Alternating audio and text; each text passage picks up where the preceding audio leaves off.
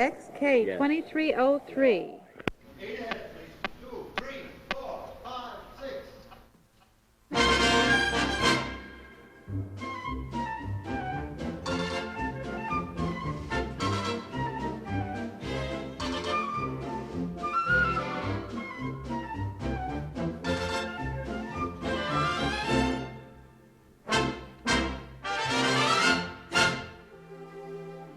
Hello, I'm Richard Sherman, and it's just wonderful to be back here on Cherry Tree Lane. You know, actually, my brother Bob and I worked on Mary Poppins for 3 years, helping to shape the story, and we wrote all the songs. My brother Bob is living in London. Hello from London. Now, this is what you might call a fortuitous circumstance, because now we're going to see some things you've never seen before and hear some music you've never heard before. So come on, follow me. A bit of magic? It's easy. Let's see. You think, you wink. You know, early on, when we were working on this sequence, we were going to have Bert do a little musical turnaround. It sort of went, you think, you blink, you do a double wink, you click your heels twice in the air, and quick as a tick, you're there, and then they would jump into the picture. And it wasn't used because Walt said it wasn't necessary, that we had plenty of music coming up in the Jolly Holiday sequence, but we can go on our own Jolly Holiday, so come on with me.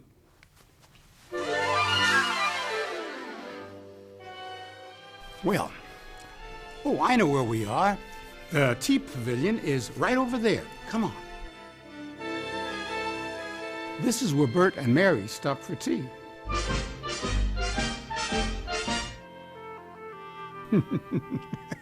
That's before the Disney magic was added.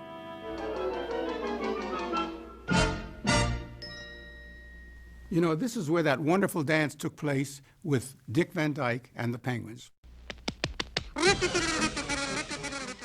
You know, actually, I played the kazoo. Irwin Kostal heard a demo I had done, and he loved it so much, he said, I want you to play with the orchestra.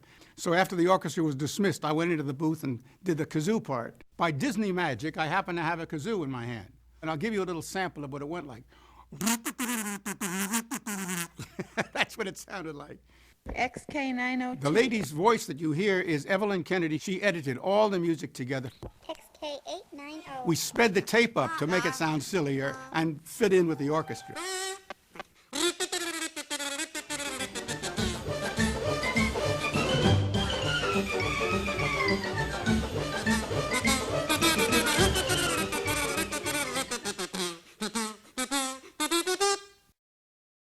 And that was how I made my debut as a symphony kazooist. During the course of development of the film, we wrote something like 32 songs. 14 were used in the picture, and later we're going to hear one that almost made it, but not quite. We didn't have a script when we started working on Mary Poppins. All we had was this wonderful book by Pamela Travers, and we were taking chapters and developing them one at a time. Mary Poppins, in one of the chapters, takes a compass and has the children spin it. And we wrote songs for each one of the places where the compass landed. We had a song called The Land of Sand. We actually used that melody in Jungle Book. Years later, we wrote a song called Trust in Me for Kaa the snake to sing. As a matter of fact, Bob and I did an interview a few years ago, and the compass sequence was one of the things we talked about. One of the times that they spun the compass, they wound up at the bottom of the beautiful briny sea. And the entire sequence was cut. So that song lay dormant. 7 years later, we were working on a project called Bedknobs and Broomsticks. Again with Don DeGrati and Bill Walsh.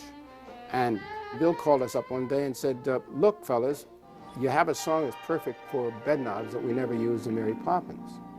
And that's how pleasant bobbing along on the bottom of the beautiful briny sea. What a chance to get a better peep at the plants and creatures of the deep, etc. And the song we wrote for that Enchanted Island where the tiki torches were danced, that was called Tiki Town. We're flying, of course! In Tiki Town where the sun goes down and the shimmery South Sea Isles, meet the tiki moon, all the tiki soon light up in great big smiles. And that little tune wound up in another song, but I'll talk about that later. Zip, zip, zip. Pamela Travers, as great a writer as she really was not experienced in the motion picture art. And I remember she kept saying, why don't you use Tarara Boom Die? I like that song. We said, well, we like it too, but it's an original musical, Mrs. Travers. And then she said, why don't you use Green Sleeves? I love Green Sleeves.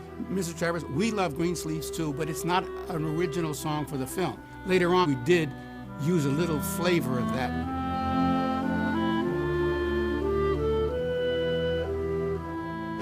Well, here we are at the racetrack.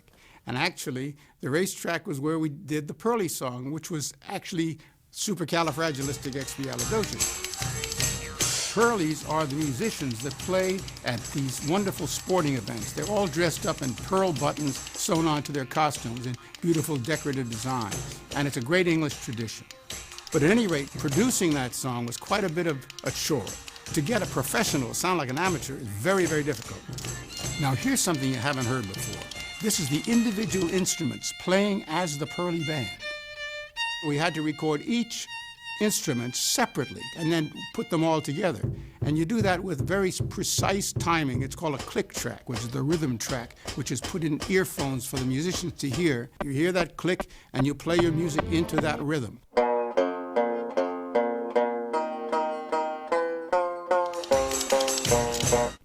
Even the voices were separated. It's supercalifragilisticexpialidocious, even though the sound of it is something quite atrocious. We had Julie singing, and we had Dick singing, and then we had the diddle-diddlers in the background, them singing also. So we had quite a bit of separation to make this simple little song. Oh, supercalifragilisticexpialidocious.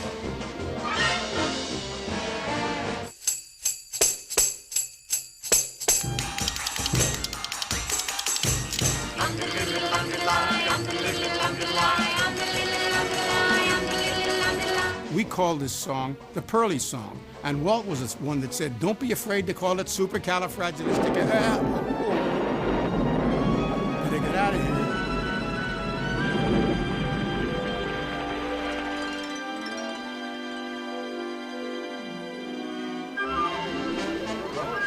Speed.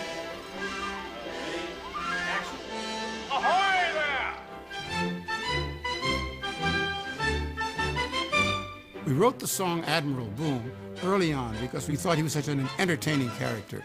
Walt felt that it wasn't necessary to give Admiral Boom a number to tell the story. A song should be necessary to the picture to really make it stay in the picture. And that's one of the things we learned by working on Mary Poppins.